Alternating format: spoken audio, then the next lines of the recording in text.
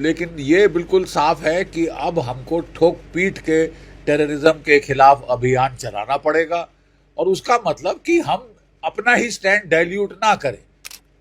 कभी क्रिकेट खेलने का मन आ जाता है कि मर जाएंगे क्रिकेट खेले बगैर, कभी हॉकी का बड़ा शौक आ जाता है, तो ये हॉकी जरा बंद की जाए।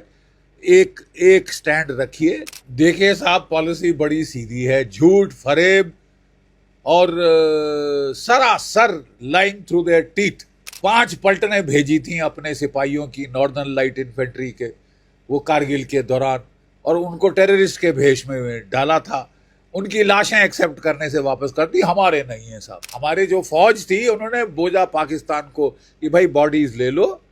और ये आदमी जो था, ये बहुत बहादुरी से ये कर्नल लड़ा। कई अटैक इसने लीड किए और मारा गया, ये शहीद हो गया, लेकिन लड़ा बड़ी बहादुरी से है। तो हम आपको बताना चाहते हैं, ये साहब बॉडीज ही नहीं ली। यार इससे ज़्यादा नीच हरकत कोई हो सकती है?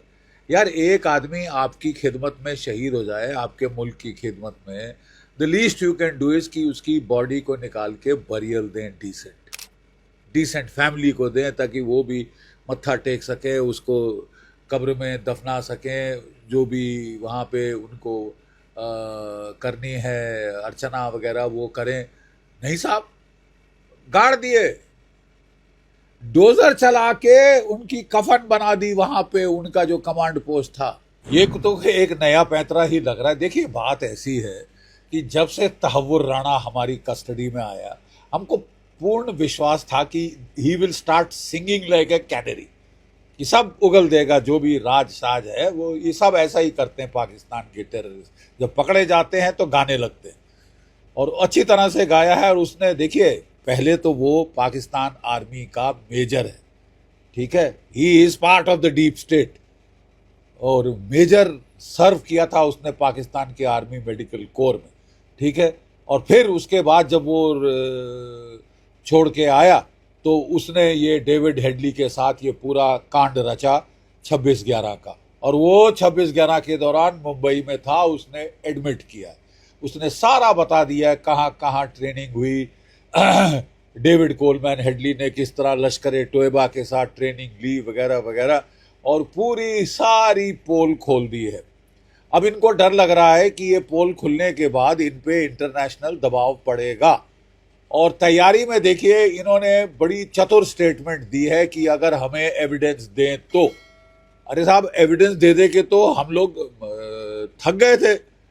जब 26/11 के बाद किलो टन के हिसाब से इनको डोसियर भेजे गए थे, इनकी जो कोर्ट्स थी उन्होंने उसको एक्सेप्ट करने से मना कर दिया और बोला ये तो सारा फिक्शन है, कहानी है, तो ये तो बदतमीजी, एक तो चोरी, ऊपर से सीना चोरी। तो अब देखना है कि उनकी कोई सरकार में ऑफिशियल पोजीशन नहीं है, ठीक है। पहले फॉरेन मिनिस्टर हुआ करते थे, फॉर्मर, लेकिन क्या ये उनका व्यक्तिगत बयान है? क्या पाकिस्तान की सरकार इससे सहमत है? और हाफिज सईद के बेटे ने तो आग उगल दी है स्ट्रेट अवे कि कैसे कर सकते हो, गद्दारी कर रहे हो, ये कर रहे हो, वो कर रहे हो। और पाकिस्तान की फौज के अफसरान जो डेजिग्नेटेड ग्लोबली टेररिस्ट थे, उनके फ्यूनरल पे वर्दी अर्दी डाल के सलूट मारने आए थे, और पाकिस्तान के झंडों में उनकी कॉफिन ड्रेप किए थे, और बड़े क्या कहते हैं, स्टेट फ्यूनरल दिए थे। तो अब देखने की बात है कि पाकिस्तान क्या पैतरे बदलता है। सर, ब्रिक्स सम्मेलन में पीएम मोदी ने काफी अटैक किया है पाकिस्तान के ऊपर, और साफ तौर पे उन्होंने भी इसी चीज की वो की है। नहीं, बिल्कुल इसकी जरूरत थी, ये तो हद कर दी है। शंघाई कोऑपरेशन में जाके पाकिस्तान और चीन मिलके केवल बलूचिस्तान की बात करना चाहते थे, पहलगाम का मेंशन नहीं हुआ, तो गुस्से में आकर हमारे जो राज्य मंत्री, जो रक्षा मंत्री थे, उन्होंने भी, राजनाथ सिंह जी ने भी उसको साइन करने से मना कर दिया, और किरकिरी हो गई इनकी अच्छी तरह से।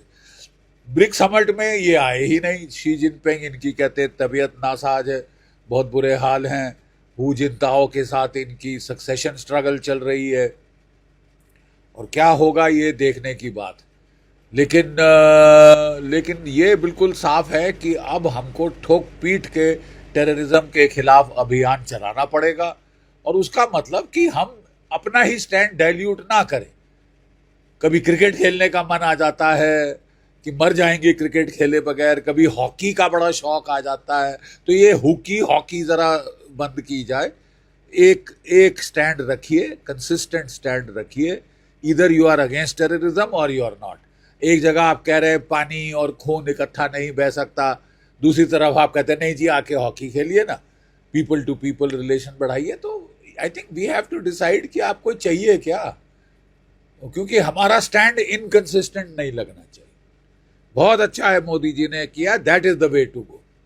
और ब्रिक्स के अंदर अच्छी बड़ा फोरम है दुनिया का, और खासी कंडेमनेशन हुई।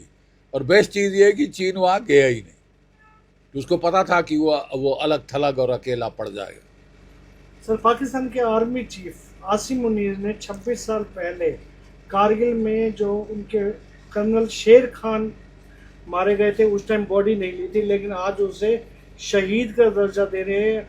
तो ये क्या पॉलिसी है पाकिस्तान? देखिए साहब, पॉलिसी बड़ी सीधी है, झूठ फरेब और सरासर लाइंग थ्रू देयर टीथ। ठीक है साहब, ये पॉलिसी है। 5 पलटनें भेजी थी अपने सिपाहियों की, नॉर्दर्न लाइट इन्फेंट्री के, वो कारगिल के दौरान, और उनको टेररिस्ट के भेष में डाला था।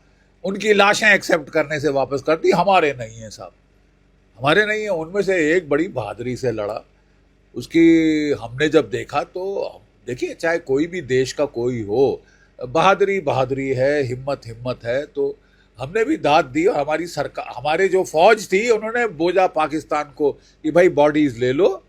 और ये आदमी जो था, ये बहुत बहादुरी से ये कर्नल लड़ा।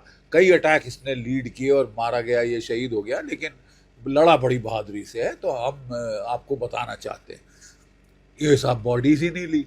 हाँ, उसको हाईएस्ट अवार्ड दिया था तब भी, और अब उसको शहीद का दर्जा दे रहे हैं, इतने साल बाद याद आए। आपको पता है इन्होंने ऑप सिंदूर में क्या किया?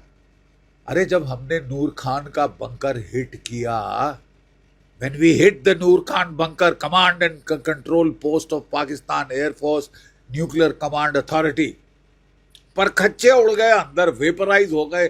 कोई 100 से ज्यादा ऑफिसर टेक्नीशियन बैठे थे, मॉनिटर कर रहे थे ऑपरेशंस को, डायरेक्ट कर रहे थे ऑपरेशंस को। सारे जो उनके कंप्यूटर सर्वर भाप बन गए साहब। ठीक है, और वो फाइबर ऑप्टिक केबल लगाया था कि डंप कर देंगे डाटा सरगोदा में, वहां वो भी फेल हो गए, बड़ा नुकसान हुआ। अगले दिन नुकसान छुपाने के लिए दुनिया से कि मैक्सार सैटेलाइट ना पकड़ ले, इंडिया के सैटेलाइट ना पकड़ ले, डोजर लाया, सबको गाड़ दिया। यार इससे ज्यादा नीच हरकत कोई हो सकती है? यार एक आदमी आपकी खिदमत में शहीद हो जाए, आपके मुल्क की खिदमत में, the least you can do is कि उसकी बॉडी को निकाल के बरियल दें, डिसेंट फैमिली को दें, ताकि वो भी मत्था टेक सके, उसको कब्र में दफना सकें, जो भी वहाँ पे उनको करनी है अर्चना वगैरह वो करें। नहीं साहब, गाड़ दिए, डोजर चला के उनकी कफन बना दी वहां पे, उनका जो कमांड पोस्ट था, ताकि किसी को पता ना चले कि ये हुआ है। ना सिर्फ नूर खान में किया, मुरीद में जहां ड्रोन कमांड पोस्ट था, वहां भी इन्होंने, जब उनको मारे गए अंदर सारे, और सारे इनके ड्रोन्स आसमान से गिरने लगे, क्योंकि कमांड एंड कंट्रोल ही खत्म हो गया। कंप्यूटर जो थे, कंसोल पूरे वहां पे जो कंप्यूटर सर्वर, वो सब ध्वस्त हो गए, भाप बन गए। ठीक है साहब, तो वहां भी डोजर चलवा दिया साहब। ये तो हालात है। अपने शहीदों को इस तरह ट्रीट करता है पाकिस्तान। मुझे नहीं समझ आता कौन इनके लिए कितनी देर तक लड़ेगा।